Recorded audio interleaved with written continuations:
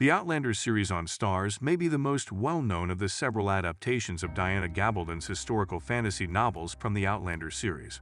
The series follows Claire Randall, a British nurse from the 20th century, as she journeys to Scotland in the 18th century and falls in love with Jamie Fraser, a dashing Highland warrior. With numerous People's Choice and Critics' Choice Awards under its belt, the series has cemented its status as one of the greatest wartime dramas of all time. Outlander Season 7 decided from providing viewers with resolutions to Richard Brown's fate, and instead returned us to the Ridge several weeks after the events of the first episode. All should be fine in the Fraser's life now that Claire isn't being charged with murder. Outlander has one more character to deal with before we can completely move on from the storylines of Season 6, Alan Christie. Alan and Claire begin this 7th season's second episode with a tense conversation near Malva's grave. Alan admits that he loved his sister a little too much as he sobs over her grave, and it becomes obvious that the siblings had an incestuous relationship.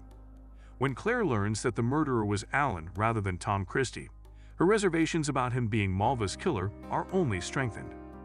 Malva had slept with other men to conceal her pregnancy with his kid, which enraged him. When she refused to keep saying the child belonged to Jamie, he killed her.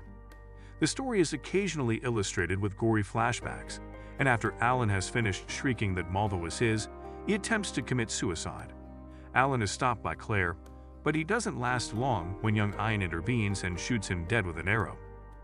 Even though Ian had mistakenly believed Malva's child to be his, he maintains that the infant deserved to live, whereas Alan did not. After being interrupted by Mrs. Bug, who reveals she never felt Alan Christie was a good person, he and Claire proceed to bury Alan's remains in the woods. It's time for Bree to give birth, and Claire assists her in doing so. The result is a stunning baby girl. The delighted new parents, Roger and Brianna, chose the name Amanda, which is Latin for she who is loved. Everyone is ecstatic about the new family member, and Fergus even has a birth announcement published in the paper. The grandparents are overjoyed when Jamie shows the child her future mount, and when Claire gives the child a tour of her office and proposes that she might be interested in becoming a doctor herself someday. Claire observes a hint of blue on the child's nails as she examines the child. She listens anxiously as Amanda's heartbeat and her own fall in her chest. The baby's prognosis is poor because she has a cardiac abnormality, as it turns out. Claire informs Bree and Roger that surgery is their daughter's only chance for recovery. She is unable to do the procedure herself, but she does know someone who can, someday. After that, Bree and Roger must decide whether to send their family into the future so that Mandy might be saved. Roger, Bree, and their kids need Jules to travel back in time. Their son Jimmy verifies that both him and Mandy have the ability to hear the gem, go into the future, despite their initial doubts. Before going to the Ocracoke Stone Circle, the Frasers and Mackenzies head to Wilmington to look for more jewels. Bree meets up with Lord John Grey and his son William in Wilmington. William is actually Jamie's son and Brianna's hidden brother. He is here to put a stop to the insurrection with his unit from the British Army. She does a good job of concealing her joy at finally seeing William, and Jamie notices them from a distance. He nods to John but doesn't approach since he knows it's best for him to stay away from William. When the latter departs, Bree wonders if Lord John would ever reveal the truth about his paternity.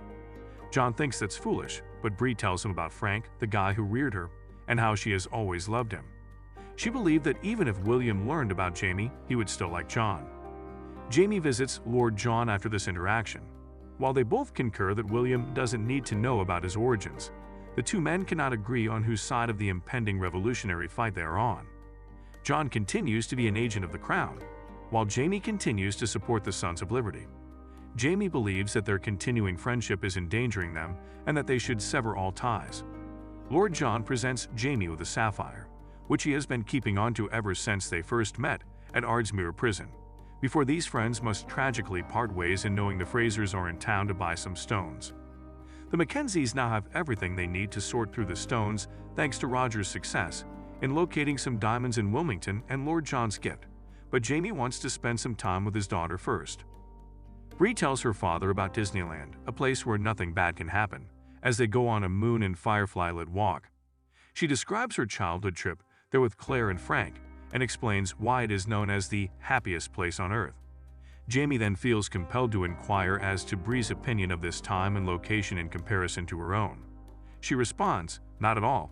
You are magical to me. before her father wonders how Jamie would handle going into the future. Back at the inn, Jamie tells Claire about his conversation with Bree about the future and shares a dream he once had about Claire being in her own time. He reveals that the light surrounding Claire was unlike anything he had ever seen and must have been electric light, which is how he knew it was the future. Jamie eventually offers Claire a gem he had been preserving and expresses his dream that they may travel into the future with Bree and Roger. He believes she could use it if he were to die, and he wonders whether she might wish to use it right away to return to the Mackenzies. Claire throws the gem out the window to emphasize that she is not leaving him behind.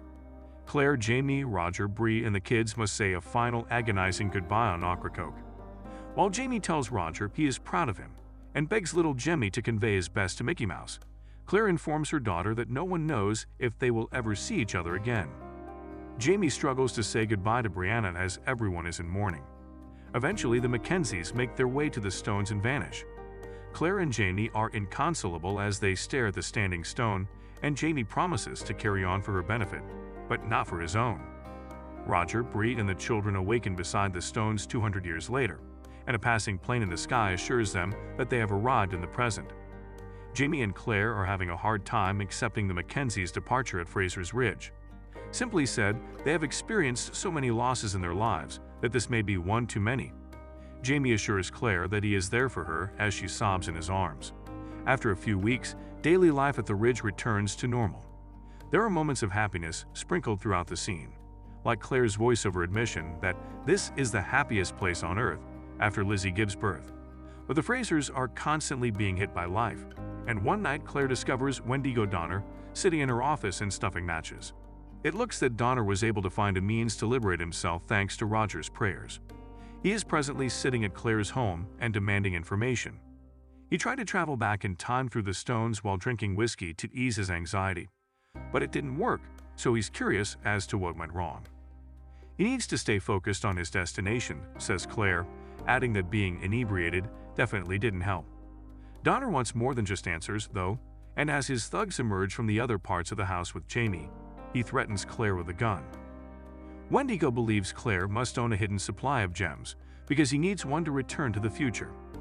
The men search Mrs. Bug's stuff and discover gold, but Wendigo isn't interested in that. Then they begin to explore Claire's office and smash a number of other vials all over the room. That cannot go well, as you would have imagined, especially because Wendigo tries to light a match in order to see better in the pitch-black room. The entire area blasts when ether and fire are mixed. The Mackenzies have returned to the future while the Ridge is on fire.